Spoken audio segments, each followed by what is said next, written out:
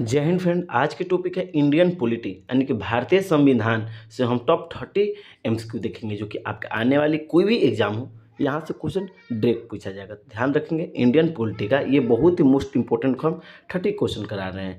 चलिए देखते हैं आज के टॉप क्वेश्चन। आज के टॉप क्वेश्चन है यहाँ पे, सिक्किम भारत का 22वां राज्य कब बना था। और सेकेंड है, जब मंडल आयोग का गठन हुआ था तब उस समय प्रधानमंत्री कौन थे। अगर दोनों क्वेश्चन का सवाल मालूम होगा तो कमेंट बॉक्स में जरूर करेंगे। चलो तो स्टार्ट करते हैं आज के फर्स्ट क्वेश्चन से। आज का मेरा फर्स्ट क्वेश्चन है, नौकरी के समाचार कौन सा मंत्रालय देता है। ठीक है, जो कि एम्प्लॉयमेंट जो न्यूज आता है उसका मंत्रालय कौन देता है, तो सूचना और प्रसारण मंत्रालय द्वारा ये जारी किया जाता है। नौकरी का समाचार ये सूचना और प्रशासन मंत्रालय द्वारा जारी किया जाता है। देखते हैं यहाँ पर दिया हुआ है कि सूचना और प्रशासन मंत्रालय एम्प्लॉयमेंट से संबंधित हर समाचार क्या करता है, ये देते हैं। अगला क्वेश्चन देखते हैं, क्वेश्चन नंबर 2, अखिल भारतीय महासंघ स्थापित करने का प्रावधान शामिल किया गया, कब शामिल किया गया बताना है यहाँ पे। देखते हैं क्वेश्चन नंबर 2 क्या है, अखिल भारतीय महासंघ स्थापित करने का प्रावधान शामिल है, कब शामिल हुआ, तो 1935 में कि भारत सरकार अधिनियम 1935 के द्वारा अखिल भारतीय महासंघ की स्थापना हुआ था। ध्यान रखेंगे। ठीक है, अगला क्वेश्चन देखते हैं। क्वेश्चन नंबर हम यहाँ पर थर्ड देखते हैं। थर्ड क्या है, भारत में आपातकाल का सिद्धांत किस देश से लिया गया, यानी कि आपातकाल का सिद्धांत किस देश से लिया गया, भारत में किस देश से लिया गया, तो जर्मनी से लिया गया है। कहाँ से, जर्मनी से लिया गया आपातकाल का सिद्धांत। देखते हैं इसके बारे में। हम देखते हैं यहाँ पर दिया हुआ है कि भारत में आपातकाल का सिद्धांत जर्मनी के संविधान से लिया गया। यह संविधान भाग 18 में स्थित है। इसके अनुसार जब आंतरिक अथवा बाह्य कारणों से देश की सुरक्षा को खतरा हो तो राष्ट्रपति अपने देश में हाथ ले सकता है। ध्यान रखेंगे। नेक्स्ट क्वेश्चन देखते हैं हम।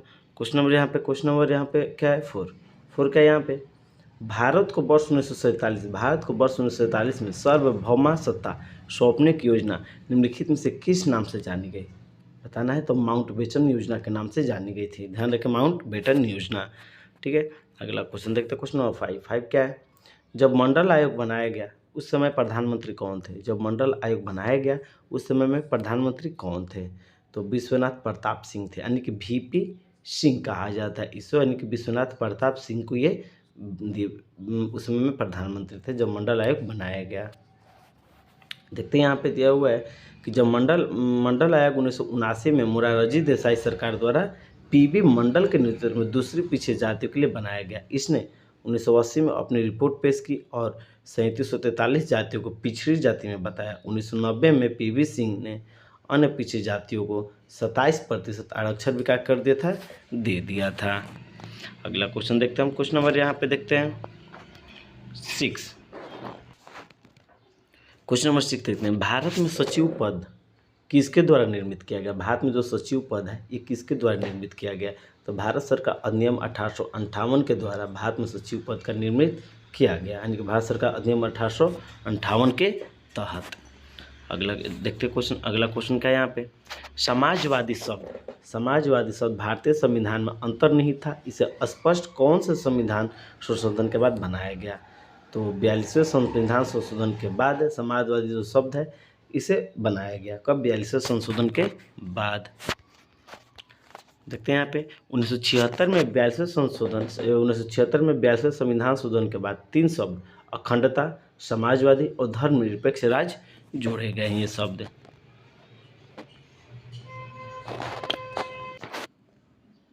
अगला देखते हैं क्वेश्चन नंबर 8, संविधान सभा का प्रारूप समिति की नियुक्ति कब की गई, तो बताना है। संविधान सभा का प्रारूप समिति की नियुक्ति 29 अगस्त 1947 को की गई थी। कब, 29 अगस्त 1947 को संविधान सभा प्रारूप समिति के नियुक्ति की गई थी। अगला क्वेश्चन देखता हूँ। क्वेश्चन नंबर 9, कोई वित्त विधेयक धन विधेयक है या नहीं, इसका निर्धारण कौन करता है। क्वेश्चन समझिए, कोई वित्त विधेयक धन विधेयक है या नहीं, इसका निर्धारण कौन करता है, तो लोकसभा स्पीकर द्वारा ये किया जाता है। किसके, लोकसभा स्पीकर। देखते हैं यहाँ पे संविधान का अनुच्छेद 110 में धन विधेयक की व्याख्या की गई। प्रत्येक वित्त विधेयक धन विधेयक होता है लेकिन प्रत्येक धन विधेयक वित्त विधेयक नहीं होता। कोई वित्त विधेयक धन विधेयक है या नहीं, इसका निर्धारण लोकसभा स्पीकर यानी कि अध्यक्ष द्वारा ही किया जाता है। अगला क्वेश्चन देखते हैं, क्वेश्चन नंबर 10। भारतीय संविधान सभा के संघीय शक्ति समिति के अध्यक्ष कौन थे? तो पंडित जवाहरलाल नेहरू थे। कौन थे? पंडित जवाहरलाल नेहरू जी थे। अगला देखते हैं यहाँ पे, भारत के संविधान के अनुसार नागरिकों को कितनी स्वतंत्रता दी गई है? तो भारतीय संविधान के अनुसार नागरिकों को 6 प्रकार की स्वतंत्रता दी गई है। अब 6 प्रकार कौन कौन से हैं यहाँ पे हम देखते हैं। सबसे पहले है विचार और अभिव्यक्ति की स्वतंत्रता, शांतिपूर्ण सम्मेलन की स्वतंत्रता, और संघ के निर्माण की स्वतंत्रता, भ्रमण की स्वतंत्रता, व्यवसाय की स्वतंत्रता और निवास की स्वतंत्रता। ये 6 प्रकार की स्वतंत्रता दी गई है। अगला देखते हैं यहाँ पे, क्वेश्चन नंबर 12 का यहाँ पे कि निम्नलिखित में से किसके लेखा कैग CAG द्वारा ऑडिटर नहीं पेश किया जाता है? तो म्युनिसिपल संस्थान द्वारा ये कैग द्वारा ऑडिटर नहीं पेश किया जाता है। अगला क्वेश्चन देखते हैं हम यहाँ पे, क्वेश्चन नंबर 13। कस्बा योजना समिति भारतीय संविधान के किस भाग में आती है? तो भाग 14A में आती है कस्बा योजना समिति। भारत का राष्ट्रीय पंचांग कब अपनाया गया? तो 1957 में भारत का राष्ट्रीय पंचांग अपनाया गया, 1957 में। अगला देखते हैं यहाँ पे, क्वेश्चन नंबर 15।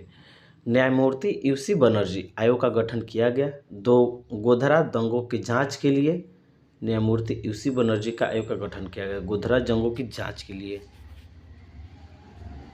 अगला देखते हैं यहाँ पे, क्वेश्चन नंबर 16 क्या है? देश के सभी नागरिकों को एक विशिष्ट पहचान संख्या प्रदान करने की केंद्र सरकार की महत्वाकांक्षी योजना का नाम क्या है? तो ये आधार है। क्या है? आधार है। ठीक है, ध्यान रखेंगे। अगला क्वेश्चन देखता हूँ, क्वेश्चन नंबर 17 क्या है? किसी राज्य में अनुच्छेद 356 के अंतर्गत राष्ट्रपति शासन समानतः अधिकतम कितनी अवधि के लिए लगाया जा सकता है? यानी किसी भी राज्य में अनुच्छेद 356 के अंतर्गत किसी भी राज्य में राष्ट्रपति शासन कितने साल तक रह सकती है? अधिकतम तो 3 वर्ष के लिए रह सकती है। अगला देखते हैं हम यहाँ पे, क्वेश्चन नंबर 18। जम्मू कश्मीर का संविधान कब लागू हुआ? तो 26 जनवरी 1957 को जम्मू कश्मीर में संविधान लागू हुआ था। कब? 26 जनवरी 1957 को। अगला देखते हैं 19 क्वेश्चन। संविधान के किस अंग में लोक कल्याणकारी राज्य की अवधारणा निहित है? तो राज्य के नीति निर्देशन तत्वों में ये अवधारणा निश्चित है।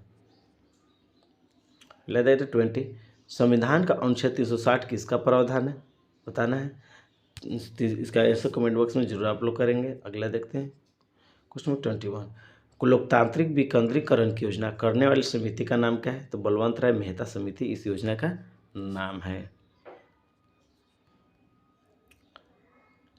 संविधान का किस अनुच्छेद के प्रावधान के अंतर्गत भारत सरकार द्वारा भारत रत्न पद्म विभूषण मतलब प्रदान किए जाते हैं? किस अनुच्छेद के द्वारा ये प्रदान किए जाते हैं? तो अनुच्छेद 18 के तहत। अनुच्छेद 18 में ये साफ साफ लिखा गया है कि भारत सरकार द्वारा भारत रत्न पद्म विभूषण इसको प्रदान किया जाएगा। अनुच्छेद 18 के तहत होती है ये। अगले देखते हैं, राष्ट्रपति के त्यागपत्र की सूचना उपराष्ट्रपति किसको देता है? तो लोकसभा के अध्यक्ष को। तो आज के लिए इतना ही, धन्यवाद।